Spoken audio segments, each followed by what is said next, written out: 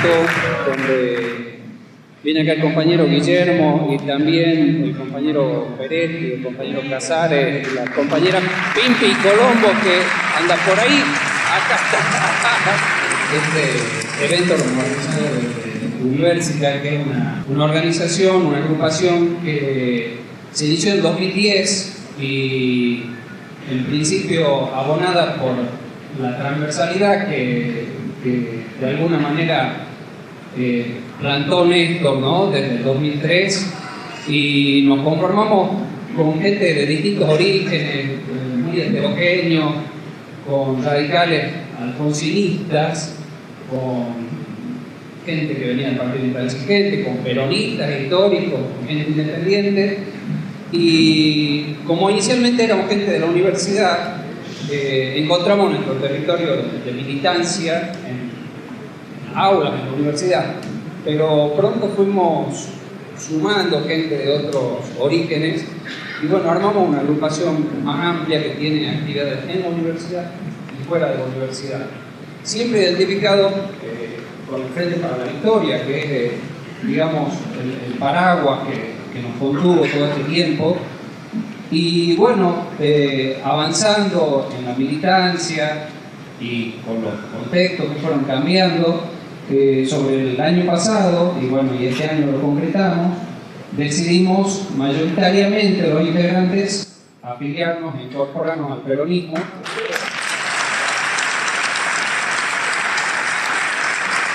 Fundamentalmente porque seguimos sosteniendo que el Frente para la Victoria o el movimiento histórico ahora se llama Frente para la Victoria, el movimiento histórico que representa al pueblo es la herramienta en la que queremos seguir militando, pero el peronismo es la columna vertebral del Frente para la Victoria y es donde queremos sumarnos, donde queremos participar desde adentro.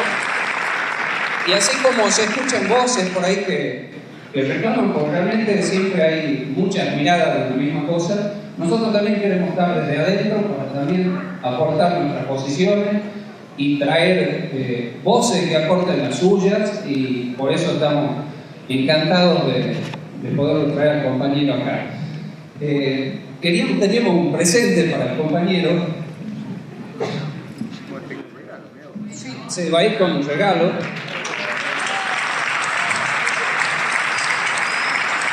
Este retrato lo hizo el artista tucumano César Carrizo, artista, docente, historietista.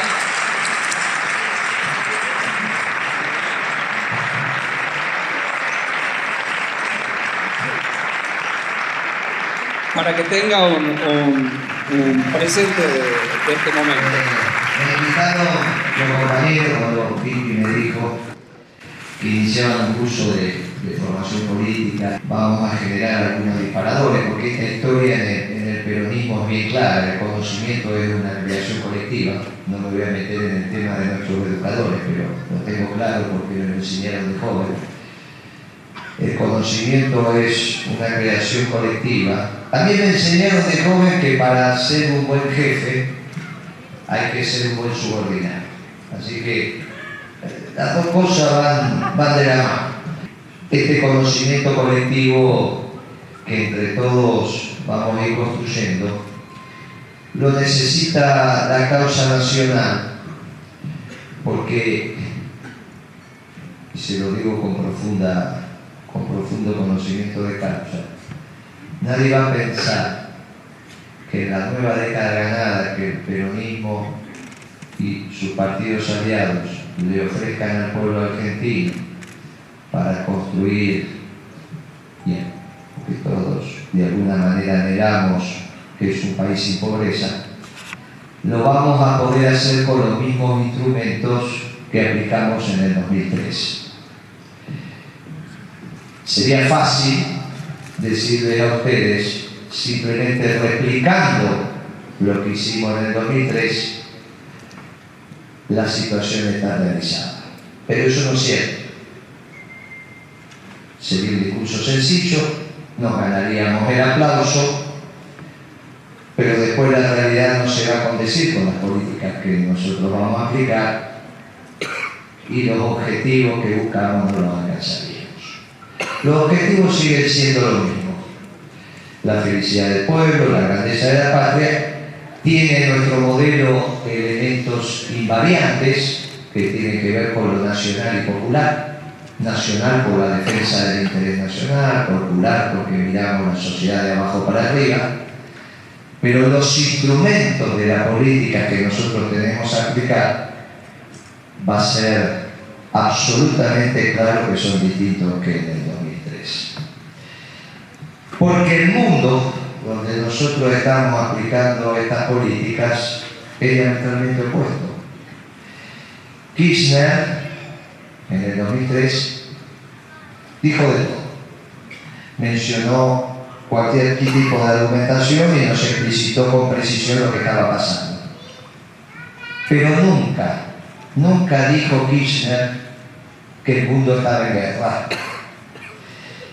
Y cuadros del peronismo, desde el 2012 que venimos diciendo que los desequilibrios globales se van a ajustar por el vector de la violencia.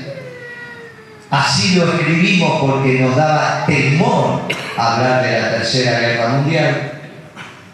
Cristina, en las salidas a los organismos multilaterales, fue un poco más precisa y empezó a hablar de la violencia en el mundo que se estaba generando, sus temores, de los desequilibrios. Pero finalmente fue el Papa, nuestro Papa, el que con una claridad Cristina dijo: el mundo está en la Tercera Guerra Mundial. Entonces, nosotros podemos estar de acuerdo o no con el diagnóstico del Papa. Lo que no podemos es negar la discusión sobre el diagnóstico del Papa. Y en ese tema es que nos tenemos que ordenar en nuestro debate para avanzar en nuestro conocimiento y a partir de ahí nuestras mejores propuestas en función de los diagnósticos que podemos coincidir o no, pero que hacen los líderes del mundo. El Papa en esto es muy claro. Dice: los desequilibrios que hoy tiene el mundo están generando la Tercera Guerra Mundial y esto no termina de corto plazo. Todos ustedes recuerdan la crisis del 2008, fin del 2008, donde el sistema capitalista entró en fase de colapso, con una explicación muy particular que se daba, donde aparentemente en la primera economía del mundo los banqueros le habían prestado plata a los pobres, que a su vez los pobres tenían también la condición de ser negros, o sea, se daba una conjunción entre negro y pobre, y que después que los banqueros le habían prestado plata a los negros y a los pobres, los negros y los pobres no devolvían la plata. Y como no devolvían la plata, había colapsado el sistema capitalista a escala global.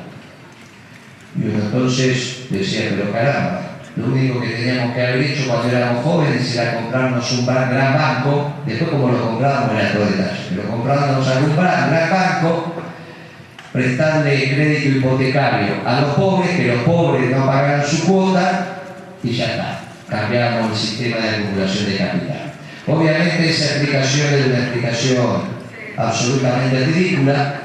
Cristina salió a explicar que era lo que a nuestro humilde entender estaba pasando. No estaba pasando otra cosa que era que el sistema estaba valorizando el espacio especulativo del segmento de producción sobre el espacio de producción, muy similar a lo que había pasado en el 2001 en la Argentina, y que cuando ese departamento vulnera el otro departamento ya no vio. Pero nosotros ya lo vivimos y lo sintetizamos diciendo: cuando el gerente de finanzas es más importante que el gerente de producción, eso terminaba. Poníamos a la Argentina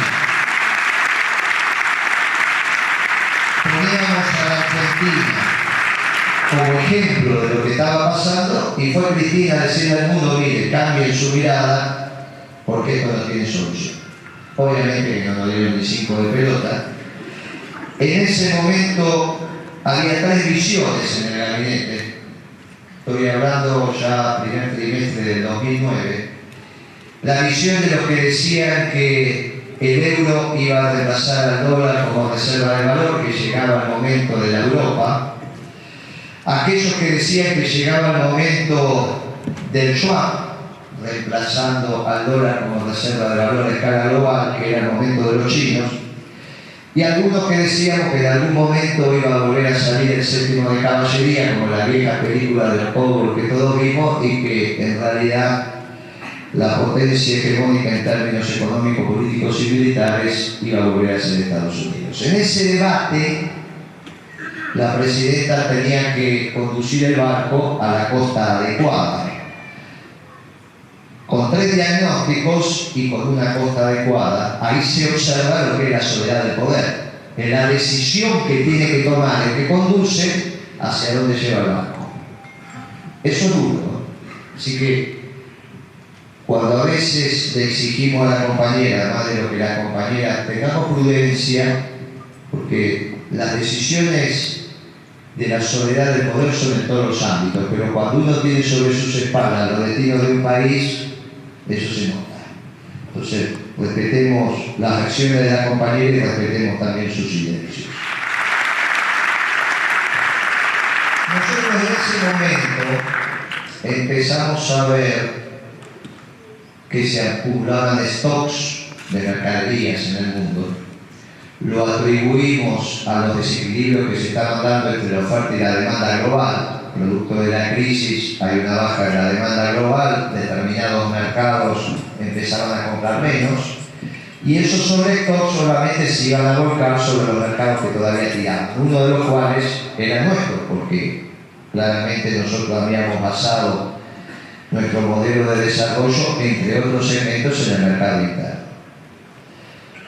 Mercado interno que fue simple, sencillo, que era incremento de los ingresos populares, los alimentos al precio adecuado para esos ingresos populares, ese es el conflicto con la oligarquía, lo que le sobra de salario gastando en bienes industriales, reindustrializar el país porque le generaba una demanda y ahí se armaba el circuito virtuoso de consumo, inversión, producción y vuelta a empezar.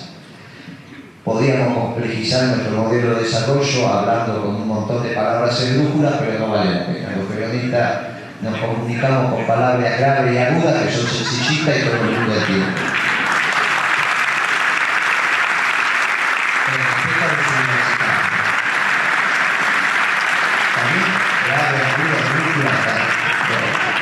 En realidad, ya para el 2010, y recuperado algunos precios y alguna demanda de lo que estábamos viendo en el mercado internacional, los precios de las manufacturas internacionales, de eso que nosotros estábamos pensando que estaban bajando producto de los sobrestocks, no se recuperaban. Y ahí tomamos una decisión que ustedes se acordarán, que fue la de comenzar la Administración de Comercio Exterior. Y digo Administración de Comercio Exterior porque la Argentina tiene firmado unos acuerdos internacionales que tienen rango constitucional, se lo firmamos en los 90, la Cámara de Diputados lo aprobó por amplia mayoría, que es la incorporación a los reglamentos, normas y conjuntos de estilos que regulan el comercio internacional a partir de la Organización Mundial de Comercio. Cuando nosotros decidimos obviar al Fondo Monetario Internacional pagándole, se le pagó de una todo, no tuvimos ningún conflicto a escala global. En la famosa foto de Kirchner tocándole la rodilla a Bush, y la verdad, nosotros conversamos, dijimos, mire, no, nosotros no tenemos inconveniente, hagan lo que quieran con el Fondo Monetario Internacional. Siempre pagando, obviamente, otra cosa. Con la Organización Mundial de Comercio ya la discusión fue otra, porque a la larga Estados Unidos, Europa y Japón nos iniciaron un juicio conjunto. En ese panorama es el 60% de la economía mundial. Y como no podía ser de otra manera, ganaron. diferendo que teníamos, lo ganamos. Ahora, nosotros pasamos de administrar el comercio interior a administrar el comercio exterior, y esto no fue una reflexión colectiva.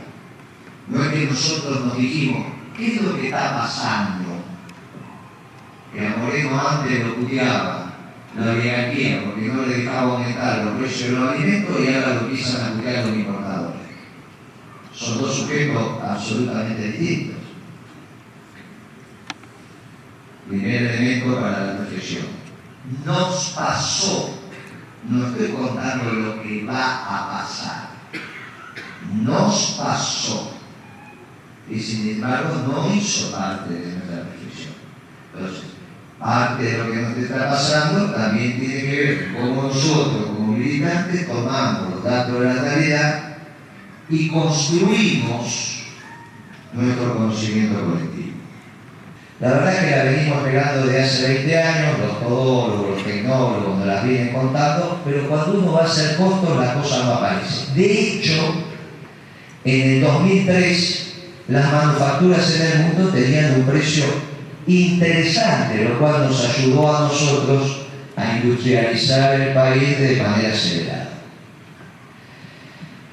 Pero es de aquí que a partir del 2010 irrumpe en el escenario mundial lo que ustedes empiezan a conocer después a través de Vaca Muerta con el producido de las energías no convencionales.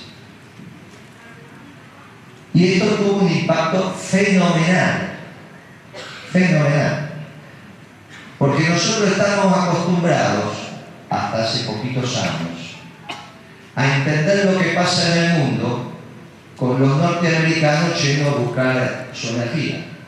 La explicación del Medio Oriente, distintas situaciones que se estaban viendo, los equilibrios entre la vieja Unión Soviética, la Rusia y Europa, su vínculo con China. Y ese flujo del comercio de la energía explicaba bastante lo que pasaba en el mundo. Hasta que los norteamericanos consiguen, por su avance tecnológico, que ese combustible que ya existía desde hace 70, 80 años, que es el no convencional, consiguen hacerlo económicamente explotable.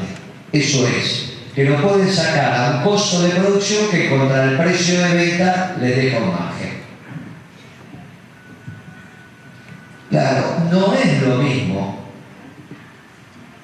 que los norteamericanos tengan combustible a que no tengan combustible. Para que ustedes tengan claro, el millón de BTU, que es la unidad de medida de gas, no importa cuánto es, lo que sea, esa unidad de medida hoy en Estados Unidos se está comercializando a $2 el millón de BTU. $2. Los europeos lo compran entre 8 y $13. Nosotros lo estábamos comprando a $14 a los bolivianos, ahora está alrededor de 8 o 9 dólares. Contra 2. El contrato con la Chevron por Vaca Muerta, nosotros ofrecimos un precio para la extracción de Chevron de ese gas de 7,50 en Boca del Pozo. 7,50 contra 2,50 que estaba en aquel momento, 2 está hoy. Naturalmente, no escapa a la inteligencia de todos ustedes que hoy cualquier producto manufacturero tiene mucho más de energía que de mano de obra. Entonces, Estados Unidos, con su abastecimiento energético propio, empieza a descontarle productividad, por ejemplo, a los chinos. Productividad en términos de costos primos de los productos. Claro, si uno empieza a unir estos elementos, hoy podemos entender lo que es la crisis de la industria exportadora china, porque no es tan fácil transformar una industria exportadora en mercado interno. Y empezamos a entender lo que le está pasando a Europa.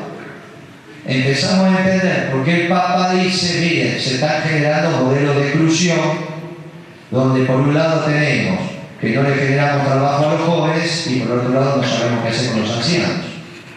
Pero claro, hay un problema de productividad vis a vis lo que está pasando en Europa con lo que está pasando en Estados Unidos. Porque es muy similar a lo que pasó cuando los ingleses bajaron el costo de los productos porque entraron en la revolución industrial. Y es muy similar la batalla de obligados para aumentar el costo primo de los productos con lo que hoy está pasando en Medio Oriente, que de la noche a la mañana, del único lugar donde podía salir energía barata para Europa, emerge un ejército de 100.000 hombres en armas que nadie sabe de dónde salió. A nosotros nos cuesta ser prolijos en un debate entre nosotros y estos tipos de repente tienen 100.000 hombres caminando por ahí, de la noche a la mañana.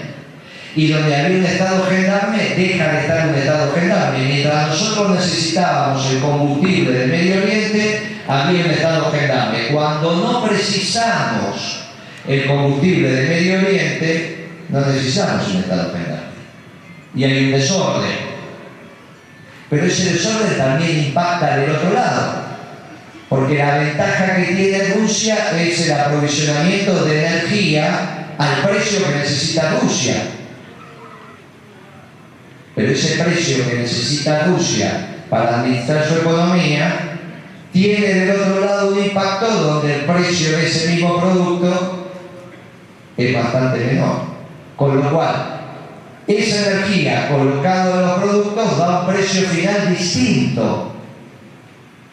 Todo eso en el marco de la Organización Mundial de Comercio, donde nos hemos puesto de acuerdo en ciertas reglas de la circulación de bienes y servicios.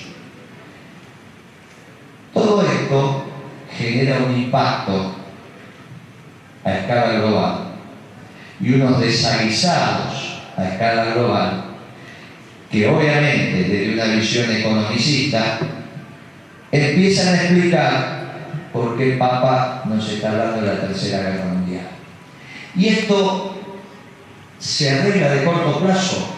Y no, esto no se arregla de corto plazo. Y en el medio nosotros nos tenemos que aguantar la irrupción de un modelo oligárquico en nuestro país que nos plantea como solución que la única posibilidad que tenemos de que la economía funcione y sea sustentable es que condenemos a un argentino cada 4 al subconsumo, al infraconsumo, a la pobreza. Porque con eso le cierran las cuentas. Con eso tiene capacidad de repago de la deuda que va a tomar. Porque el tema no es tomar deuda, el tema es si tener capacidad de repago. Kirchner que decía, deje de no crecer, que tenemos capacidad de repago y vamos a pagar. Los muertos no pagan. Hoy, ¿cómo sería la capacidad de repago de este gobierno? Derivar 25% de la población al infraconsumo, le cierra las cuentas del sector externo y con eso tiene capacidad de repago. Claro, con eso nosotros damos una confrontación clara, porque los peronistas tenemos el mandato de Eva de que nuestro trabajo termina como peronistas cuando terminemos la pobreza en este país. Pero aparentemente ellos necesitan que uno de los nuestros les haga explicar al pueblo que ese mandato de la EVA es cosa perimida, es una cosa vieja, que no somos modernos. Y por eso eligen uno de los nuestros para llevar a Davos, para que junto el oficialismo y uno de los nuestros salga a explicarle al pueblo que, che, confórmense, no es como Brasil, que va a quedar el 40% afuera. Acá solamente dejamos el 25%. Y lo eligieron, fueron a Davos, y ante la primera pregunta de qué iba a hacer el gobierno con el peronismo en términos de gobernabilidad, le dice, no se preocupe porque acá me acompaña el futuro presidente del partido peronista de Joven.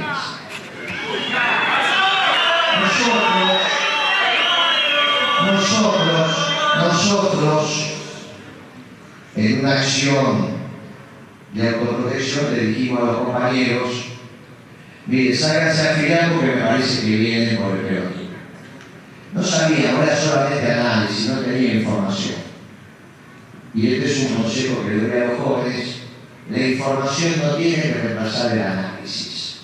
Nosotros tenemos que llegar al conocimiento a través del análisis. Después la información lo que hace es ratificar el conocimiento. Nosotros le pedimos a los compañeros que se salieran a afiliar, como se afiliaron los compañeros de Universica. Y seguramente porque se afiliaron los compañeros de Universica, estoy en condiciones de decirle a los compañeros de la causa nacional que después de la orden que nos dio el general Perón en la década de los 70, de que todos los cuadros nos teníamos que afiliar a nuestra herramienta electoral porque la disputa era en el campo de las elecciones, y nos afiliamos masivamente, esta es la segunda afiliación masiva más importante que ha hecho el Movimiento Nacional Sindicalista. Así que gracias a los compañeros.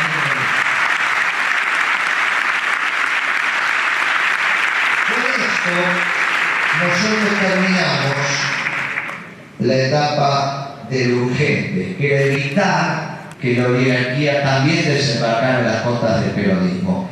Esto que era simplemente análisis se transforma en información objetiva, y les recomiendo que lo hagan, que lean con lujo de detalle el editorial del diario La Nación del 31 de enero del 2016. Está clarito el proyecto oligárquico ahí.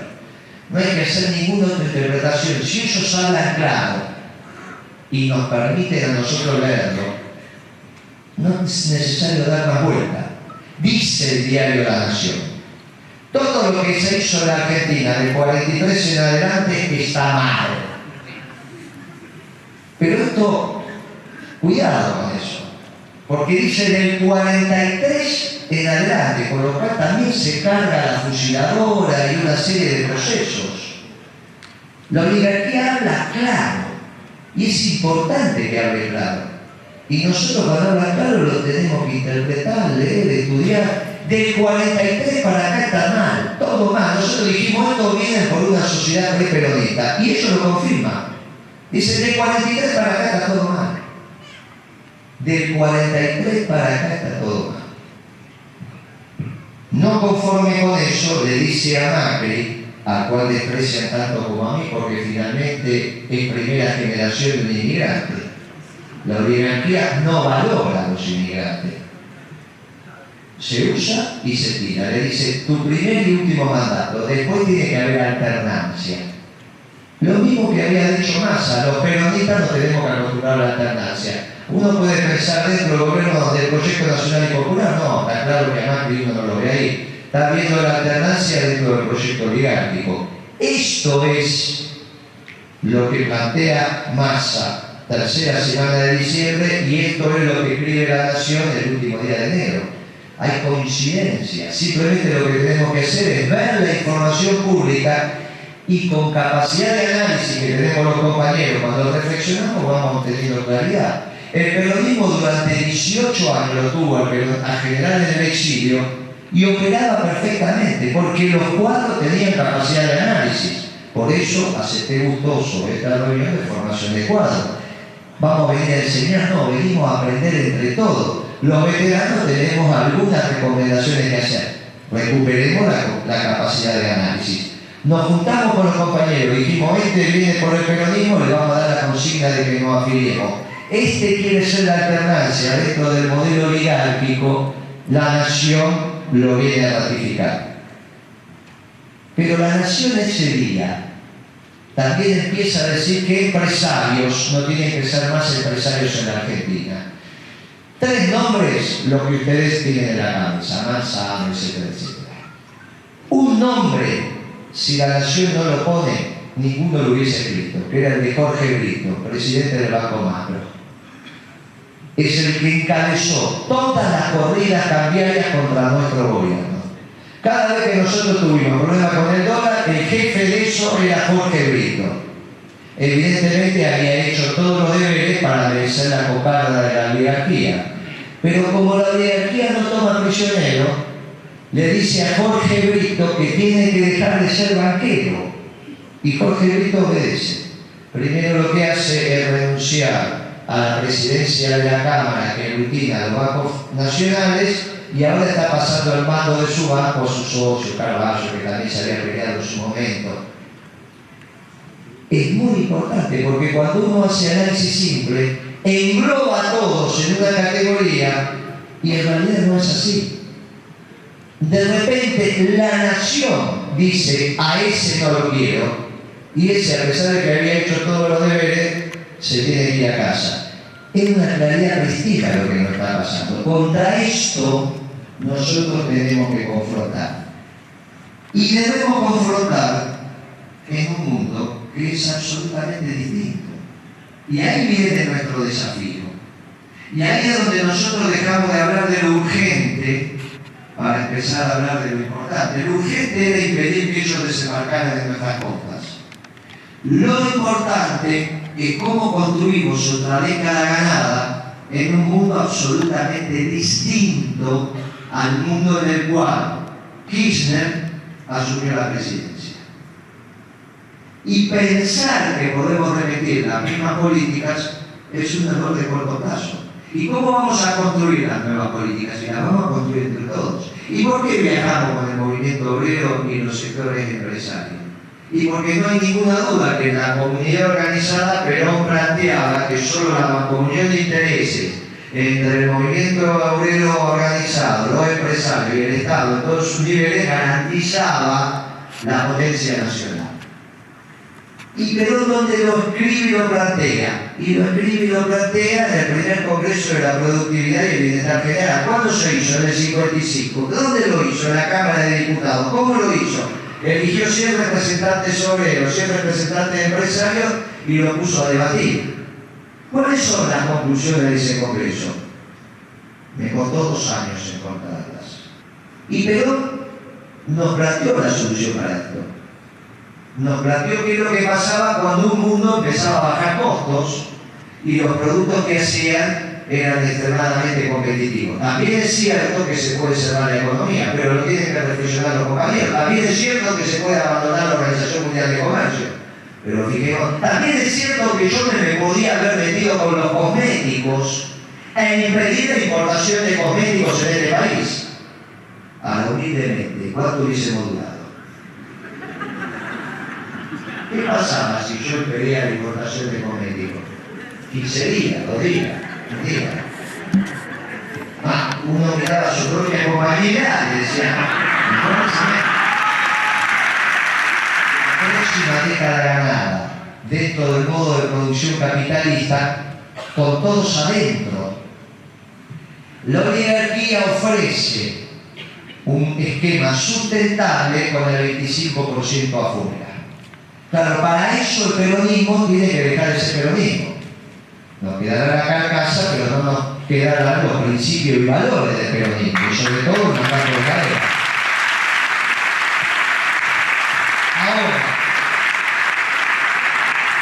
el desafío que tenemos por delante no es poco, porque cuando nosotros volvamos, el mundo todavía va a estar en guerra, porque estos desequilibrios globales que sucintamente acabamos de contar y que cada uno va a poder profundizar si coincide con este diagnóstico, van a seguir. Incorporando el vector de China, incorporando el vector de los rusos, qué es lo que pasa al interior de Europa, cómo reaccionan cada uno de esos pueblos, qué es lo que pasa en Francia, qué es lo que pasa en Italia, qué es lo que pasa en Grecia, qué es lo que pasa en España, qué es lo que pasa en Brasil. Datos menores. El comercio internacional no creció, pero el crecimiento de las exportaciones norteamericanas, producto de la ventaja competitiva que consiguió por su revolución energética, es de 10 veces el total de las exportaciones argentinas. 600.000 millones de dólares, ustedes no le dicen nada, pero si yo le digo que es 1.250.000 containers, ya tiene otro número. Y si cada container es una nota de pedido, hay 1.250.000 pedidos que vendieron los norteamericanos que otros pueblos del mundo dejaron de vender. Como acá debe haber muchos que se dedican al comercio y entienden lo que esto significa. Bueno, ahí empezamos a explicar qué es lo que está pasando en el mundo.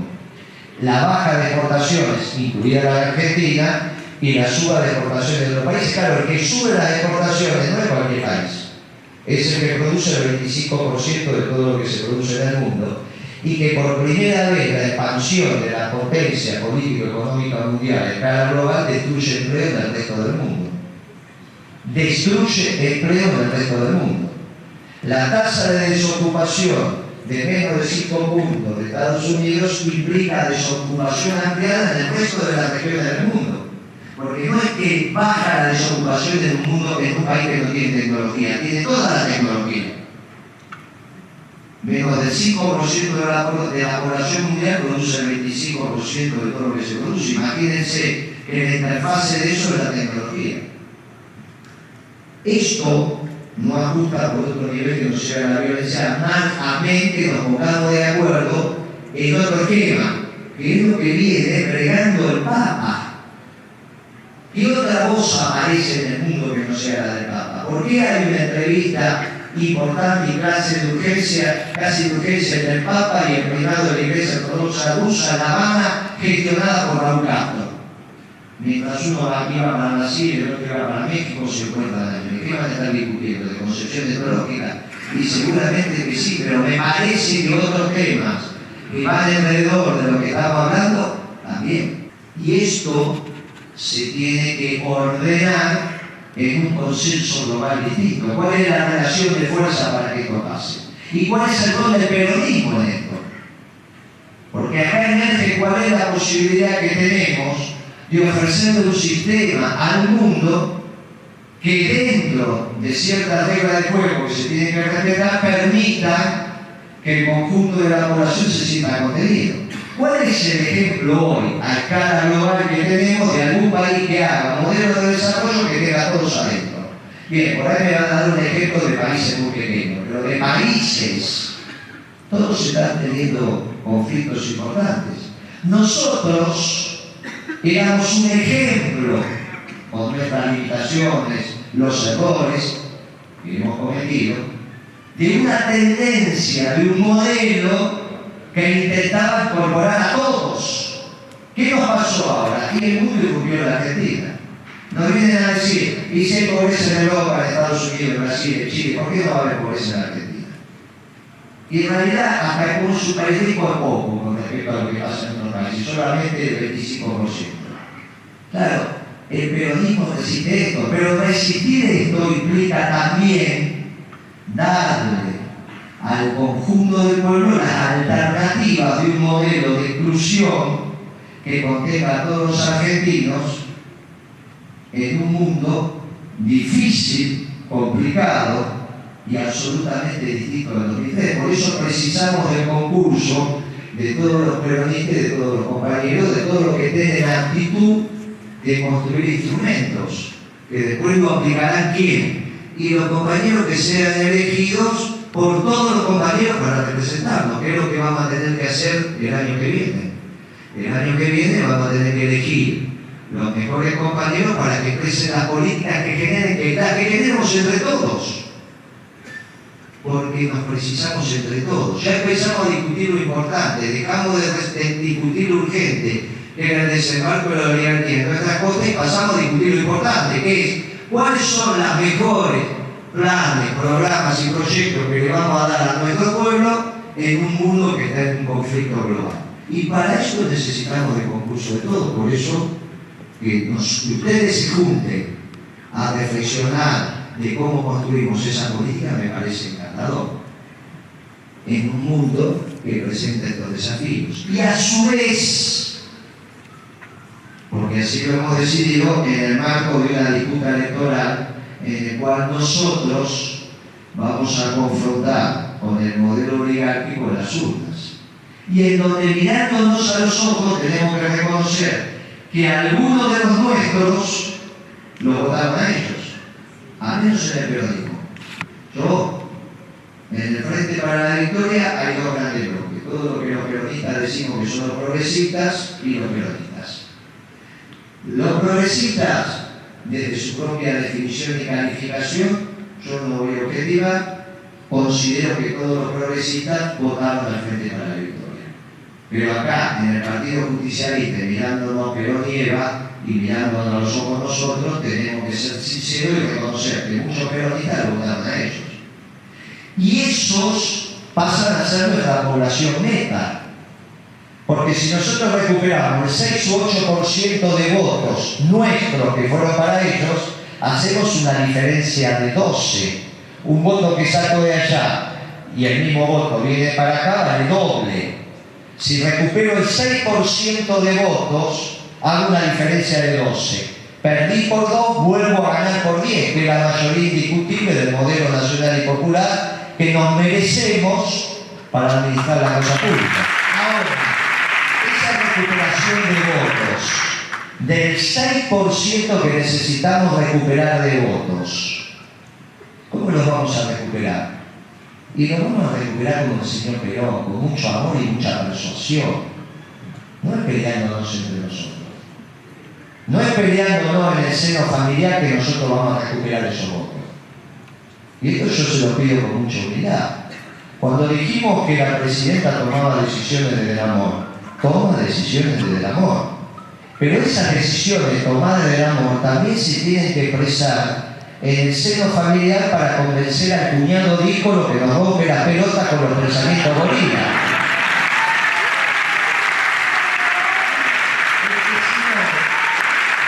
Porque si no, va a ser muy difícil persuadir y conducir.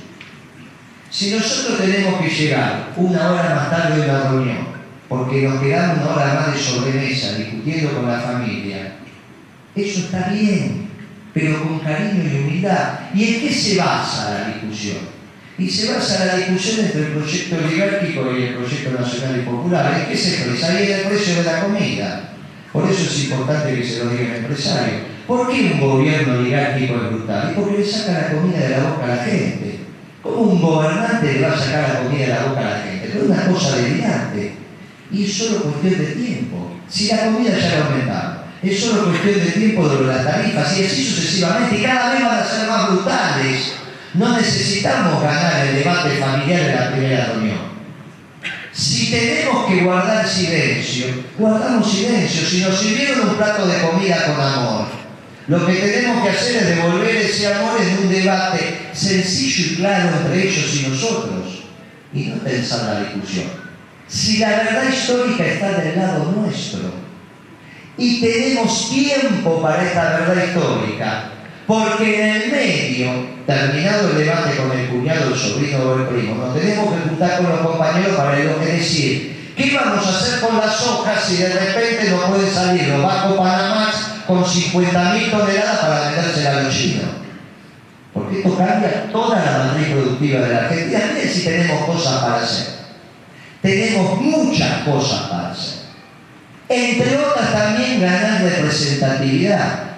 Porque nos tienen que representar los mejores en esta elección de medio turno. ¿Y quién va a elegir los mejores si no somos nosotros en una propia elección interna como fuere? ¿Cómo se ordenan los sindicalistas a partir de la cantidad de afiliados? ¿Cómo se ordenan los empresarios de acuerdo al tamaño de la billetera? ¿Cómo se van a ordenar los cuadros políticos que quieren conducir? Y se tienen que ordenar de acuerdo a la cantidad de votos, tienen que ganar representatividad. Con lo cual tienen que convencer al primo o al sobrino, tienen que pensar las mejores propuestas para la década ganada y a su vez tienen que ganar representatividad siendo buena gente. Miren si tenemos cosas para hacer. Miren si tenemos trabajo para hacer los peronistas, que podemos dejar para un segundo plano las discusiones entre nosotros, porque nos precisamos todos. La oligarquía es muy brutal. Es muy brutal. Están empezando a ver lo que es una oligarquía gobernando. Y todavía tenemos que recuperar los votos que nos faltan.